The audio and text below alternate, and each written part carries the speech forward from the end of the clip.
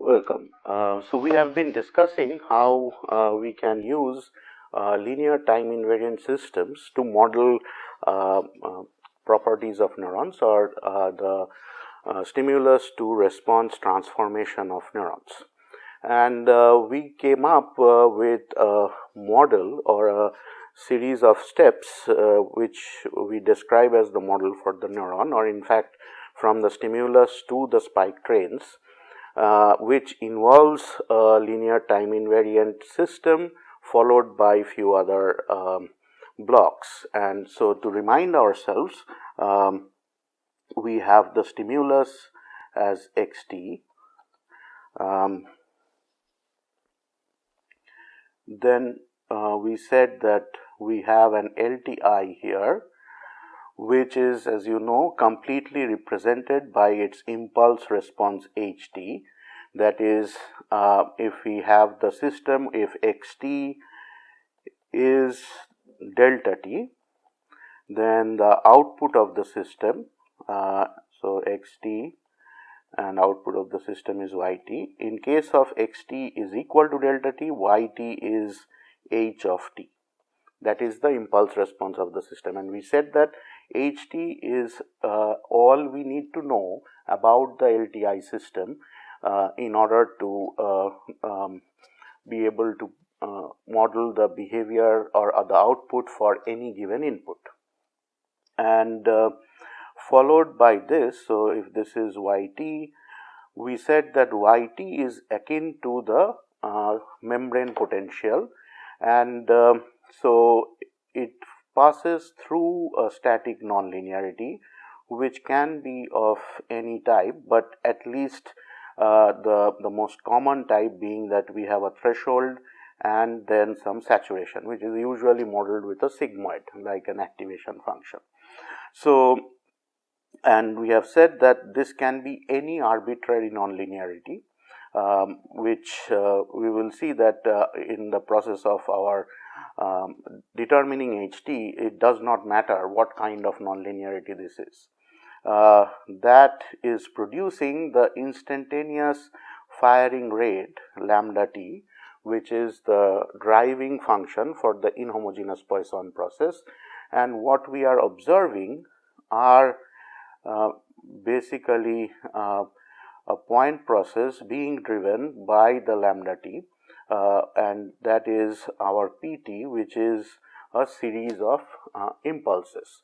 That is, our pt is described as summation of delta t minus ti, where I varies from 1 to capital N suffix t, where capital T is the period over which we are observing the spikes, and that is the period over which more or less we have the stimulus xt.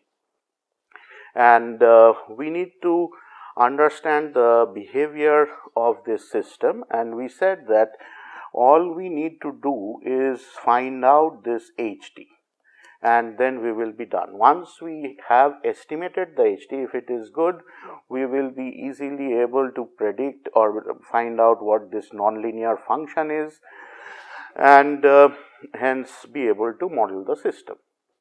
And so in order to do that, let us think of simply a linear time invariant system. Let us forget about the other two blocks here, and let us say we consider only the first part of it, where we have simply an LTI whose impulse response is ht. We have an input xt, which is a random process, and it is producing an output yt, which is also a random process, and we will assume the White-Stein stationarity and ergodicity in these processes to make things simpler. And I mean, they are not bad assumptions, because given the kind of results we know that exist by using this kind of modeling, we find them to be very good in many cases, as we had discussed, especially in the peripheral regions and slightly above, but it gets difficult to use these models as we go higher up in the hierarchy, as we have discussed. So, we introduced the idea of the cross correlation function, that is r y x tau. We are saying tau because we are assuming wide sense stationarity, and if we want to find out what r y x tau is, we essentially need to calculate the expectation of our y t plus tau and xt, this product. The expectation of this is the cross correlation function, where y and x, the points that we are considering at every instant, are tau apart.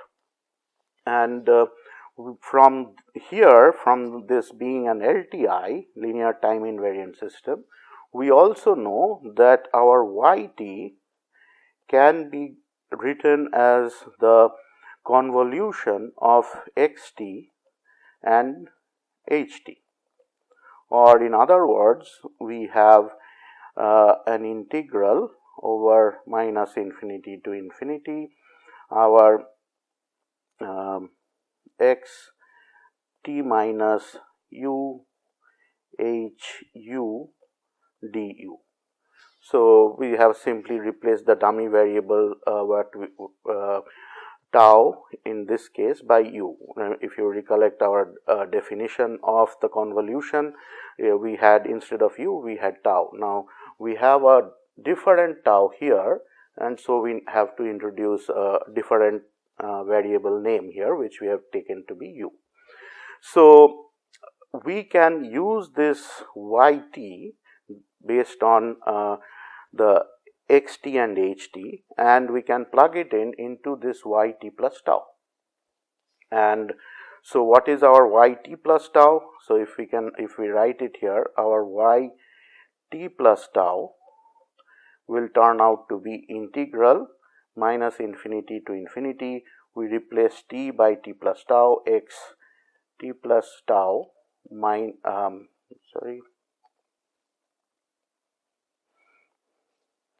t plus tau minus u and hu du. So, in essence, the cross correlation function ryx becomes the expectation of, let us say we write the xt first, and then the integral x t plus tau minus x t plus tau minus u h u and du. So, we can interchange the expectation and the integration because the integration is over u. It doesn't matter if we take the xt in and the expectation in, it can be, since the expectation is a linear operator, we have the integral, let us say integral is over u, so let us write the differential first, du. We have hu, which is not part of the expectation, and then we have the expectation, because hu is a constant in that sense, expectation of x t plus tau minus u into x t. So, we have simply interchanged the expectation and the integral, and we have taken hu out of the expectation because it is constant function, and so it is not a random variable. And so, if we now look at this expectation, it looks a very familiar function, where if you look at this representation of r y x tau with is expectation of y t plus tau x t. If we take x t in the if we take x t plus tau minus u instead of tau here, and this is x t, this simply becomes r x x tau minus u. That is the autocorrelation function of x, and the variable indexed is the argument is tau minus u. So this becomes integral du hu and r x x tau minus u. So now if you look at it again, du hu r x x tau minus u, and compare this with the convolution definition, convolution equation, we have again that hu and x t minus u, instead of x t minus u, we have a different function here which is a function of tau, and that is the autocorrelation function tau in there. So this is also a convolution, but it's only that this is a convolution between h tau and r x x tau. So what we show here is that in this kind of scenario where we have wide sense stationarity and we have a random process as input and output is also a random process of an LTI, then the cross correlation function between the output and the input is related to the autocorrelation function of the input through the impulse response. Just like the output of the system is connected to the input of the system through the impulse response through a convolution, here we see that even the autocorrelation or the cross correlation function is simply the convolution of the autocorrelation function, that is the cross correlation of the input itself with itself and the impulse response. So in a sense, what we have here is that our r y x tau is nothing but h tau convolved with r x x tau. This is the autocorrelation function, this is the cross correlation function of the output with the input, and this is the autocorrelation of the input. Now if we assume that our input, because the input is our choice, at least for these cases, we can create the input ourselves and play that kind of stimulus, use that kind of stimulus and record the spike trains from the neuron. So if we create the stimulus to be such that our xt is Gaussian white noise,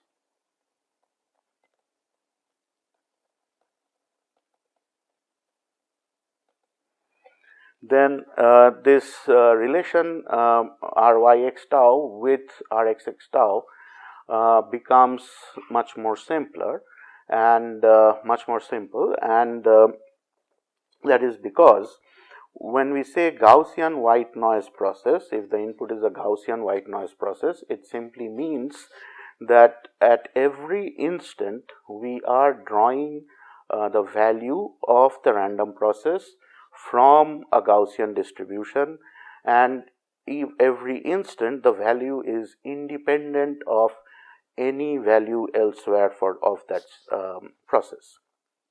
So that means if we think of the autocorrelation function, that is how the expectation of x t plus tau and x t, since these are totally unrelated, they are independent of each other.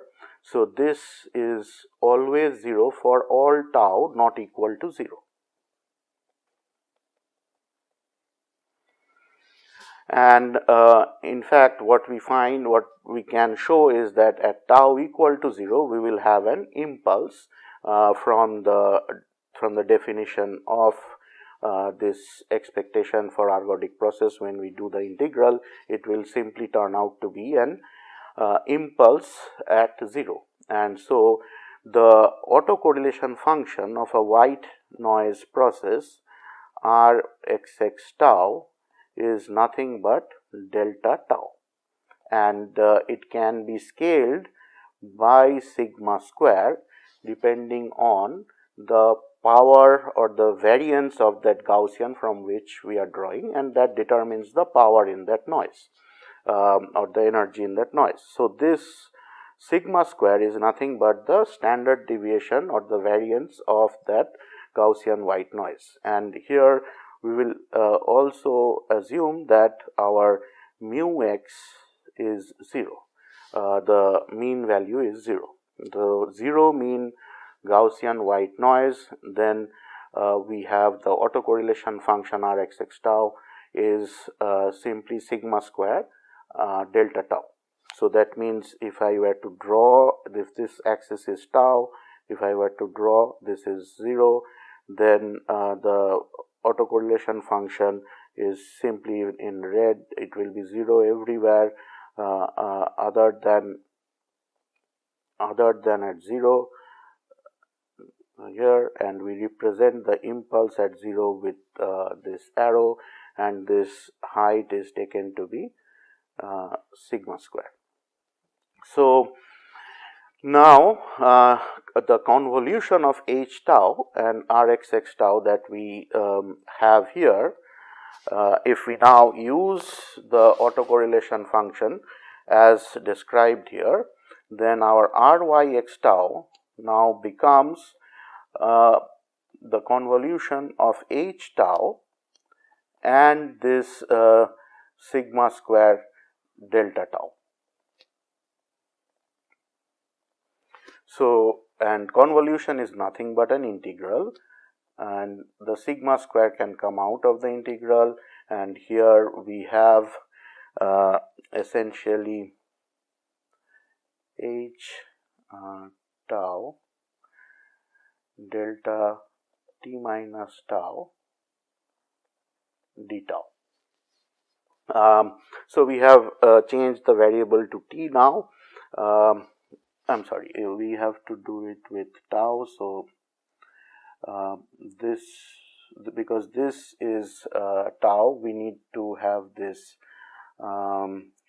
t here, and I'm sorry,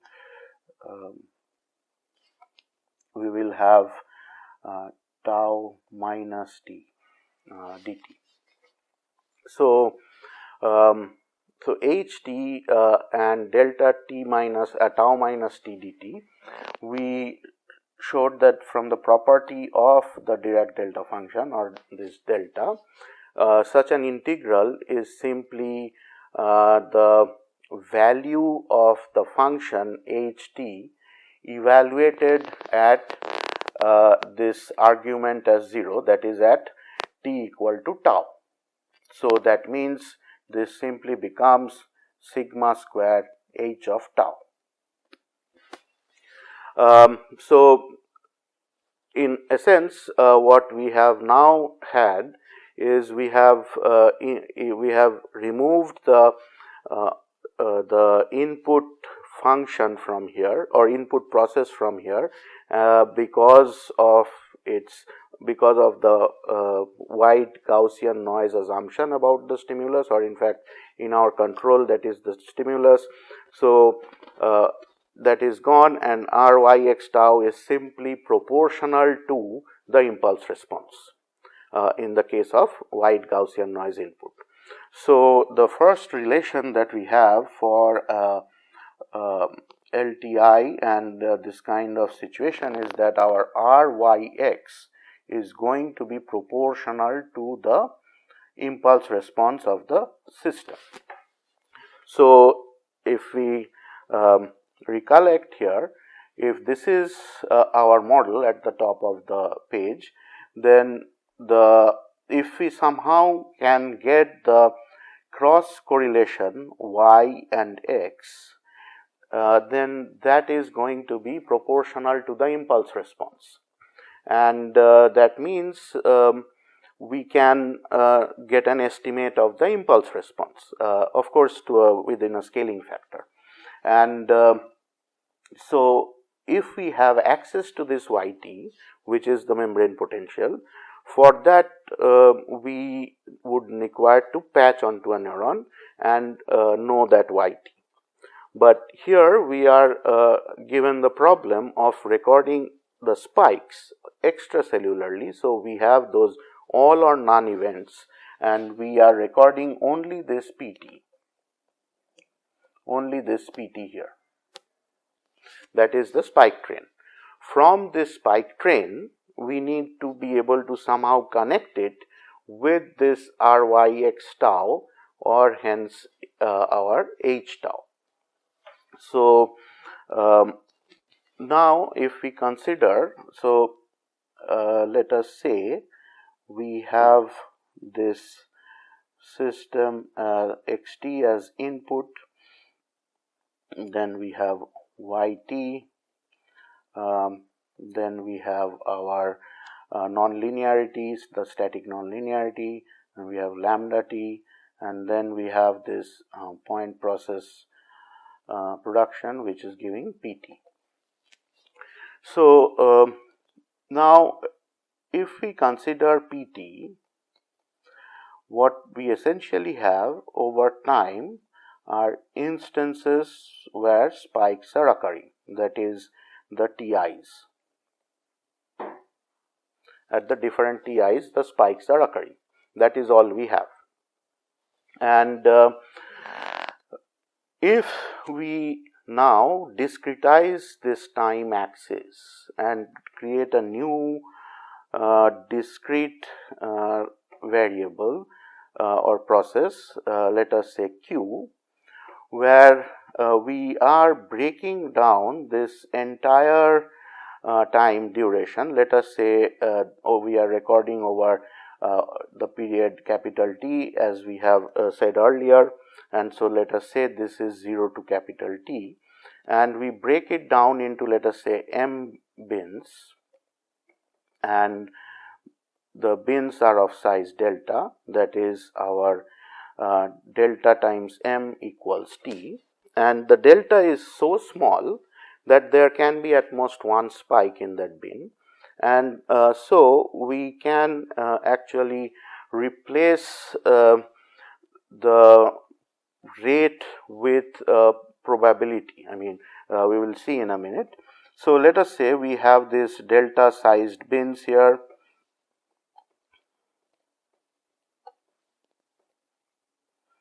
So we have delta sized bins here, and there can be at most one spike in each of those bins. So the bins are essentially 0 or 1. That is, the Qi is either takes on a value either 0 or 1 in the ith bin, and the probability of this Qi equal to 1 would simply be if the rate function is lambda t, is simply lambda at delta I times delta. So if delta is small enough, so this is simply going to be the probability that Qi equals 1 if delta is sufficiently small, because that is the rate, that is the number of spikes possible per unit time, and since only one spike is possible in a bin, is simply multiplying by the bin width, we can get the probability of spike. So keeping this relation in mind, we can go forward with one more catch here, that is, since this delta is very small, we will assume that our Rp x, let us say we will cross correlate the pulse train or the spike train with the input x, is going to be close to our Rqx. There is a little bit of jump here, but for the purposes of this course, we will say that this approximation is valid, although there are a number of mathematical treatments that are required in order to make this assumption, because we have a delta function in the PT from which we are coming to the Rqx. But this approximation is pretty good, in the sense that if we think that delta is going small and small and small and almost infinitesimally small, then our Qi and the process Q and the process PT are essentially the same. The only difference is that instead of the delta function, we will have unit impulses in discrete time in Q. So this is how to connect these two with each other. So now let us say we want to compute Rpx. So from here we have that Rpx, that means we have this xt, and with a number of steps we finally have our PT, which is equal to summation delta t minus ti, and this I is going from 1 to capital N suffix capital T. So in order to compute Rpx, we need to get the expectation of the product of PT and x t minus tau, or PT plus tau and xt. So since the PT is not, we will not be getting PT over an infinite duration, we can only estimate Rpx, and let us say that estimate is Rpx hat, and that can be written as our average. So Rpx at tau is going to be the average of 1 by nt for each of the spikes, integral over 0 to capital T. We have x t plus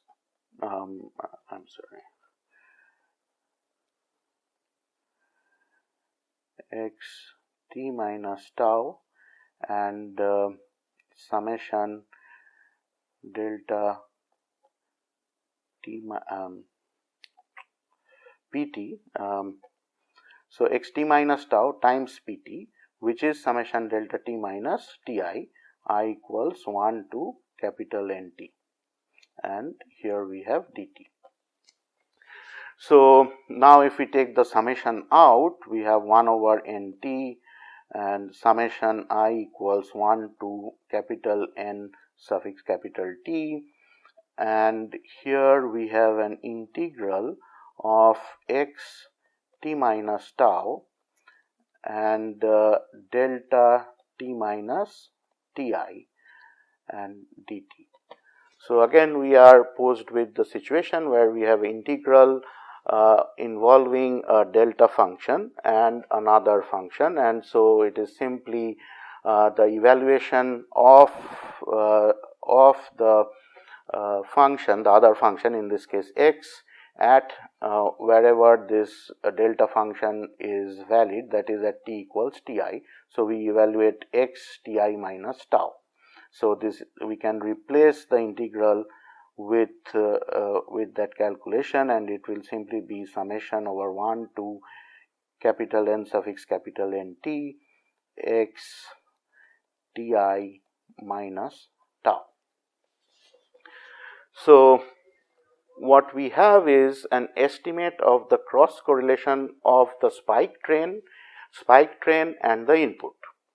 So, and what is this? This x ti minus tau, if you think about it, let us say we have this is our xt over time, this is the time axis, and let us say we have a pt along this 0 to t as spikes at this time point, this time point, this time point, this time point, this time point, and so on. So this is, each of these spikes are at ti. So this is our t1, t2, and so on. And so what we are doing here in this sum that came out to be the estimate of our cross correlation between p and x is that and it is a function of tau. So tau will be varying between some minus some particular t to some plus positive some particular t. So here is, let us say this is the tau axis and this is tau equals 0, and we are plotting rpx hat as a function of tau. So what we need that for each and every tau here on this axis, we need to compute this sum and average and divide by capital NT. So for each of these taus, if you see that at t1, if we take for t1 at a particular tau behind t1, let us say, or a particular tau after t1, what we will have here is the value of, if this is tau, this is our x t1 minus tau. If this is tau, this is our x t1 minus tau. Now for every tau on this axis, that is essentially throughout a window of tau around that spike, it is simply this x ti minus tau is simply the entire waveform of x over this window. So that is the snippet as a function of tau for t1. Similarly for t2, we will have a snippet or window around t2 which is taking this waveform, and similarly for each of those spikes, and they are aligned by tau, because if we put each of these the t1 time point and the surrounding window, which is the tau axis, and average over all the spikes, we are simply taking the average of these snippets around the spike, and that turns out to be what we call the spike triggered average. So because given every spike, we are taking the window around it of the waveform and averaging that for every spike. And so what we will see that since the stimulus, this is the relation, since the response is caused by the stimulus, what we will find is that when we do this averaging, the values for values tau greater than 0, this will hover around 0 and come down to noise levels, because the subsequent stimulus for that spike does not matter in terms of producing that spike, because essentially we are averaging the stimulus preceding the spike and after the spike. Since the stimulus is not going to produce any spike from the future period, this sum should go down to 0, and that it does. And in the past time, this tau, with a latency, we may get certain kind of function, which is the spike triggered average. So that is this particular function is proportional to Rpx hat. So now we have introduced the idea of the spike triggered average, and we have also said that in our model that we have,